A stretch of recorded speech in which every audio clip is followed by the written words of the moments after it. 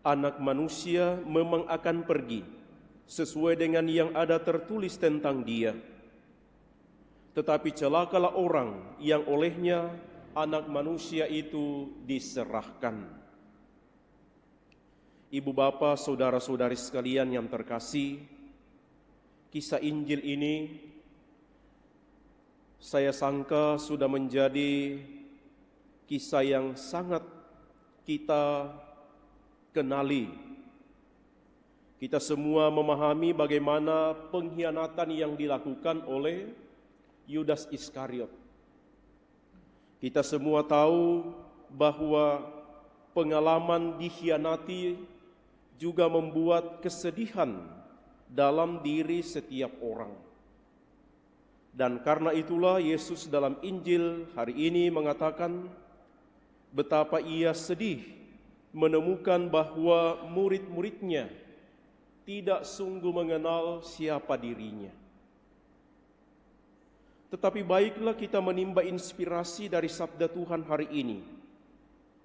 Yang pertama, tentu kita belajar dan berusaha untuk semakin mengenal Yesus.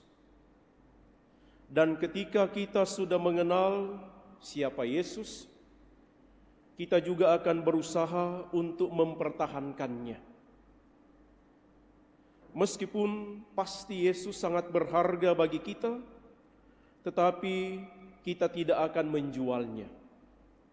Yang biasa dijual memang adalah barang berharga, tetapi juga barang berharga selalu juga dijaga, disimpan.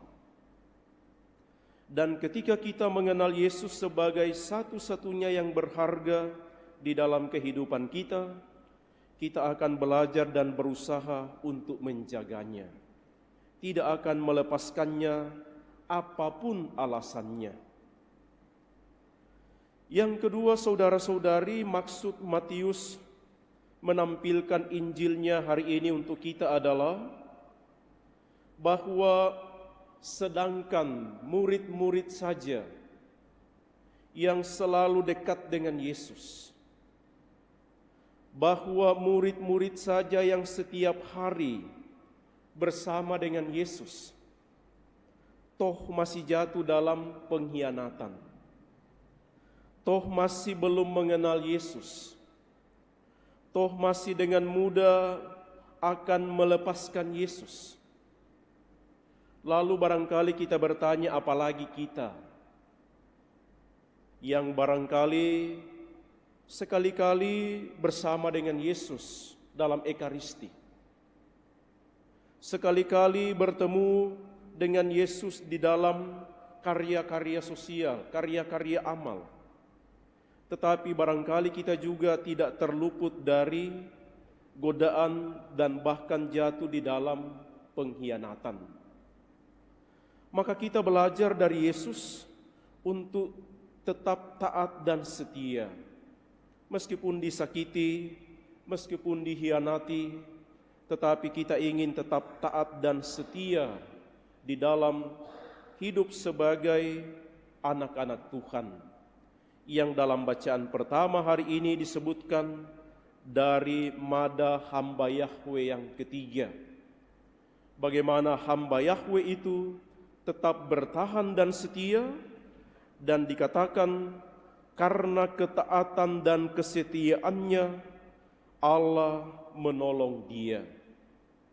Tetapi Tuhan Allah menolong aku, sebab itu aku tidak mendapat noda.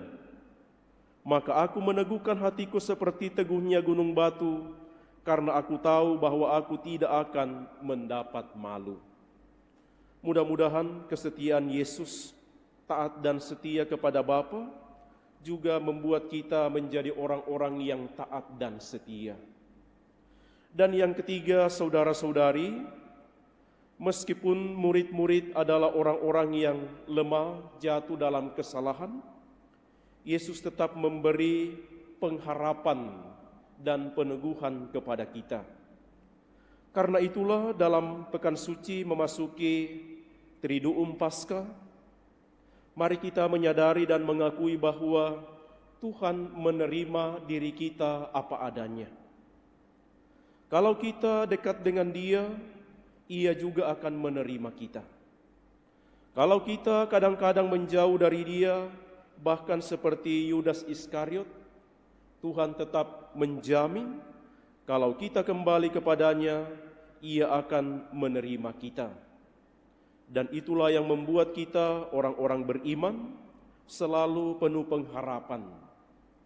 Tidak menjadi kecewa, tidak menjadi putus asa kalau melakukan kesalahan, bahkan seperti Yudas harus bunuh diri, tetapi kita diterima oleh Tuhan apapun keberadaan kita, dan karena itu kita akan menyambut Triduum Paskah dengan sukacita, karena Tuhan menerima diri kita apapun keberadaan kita.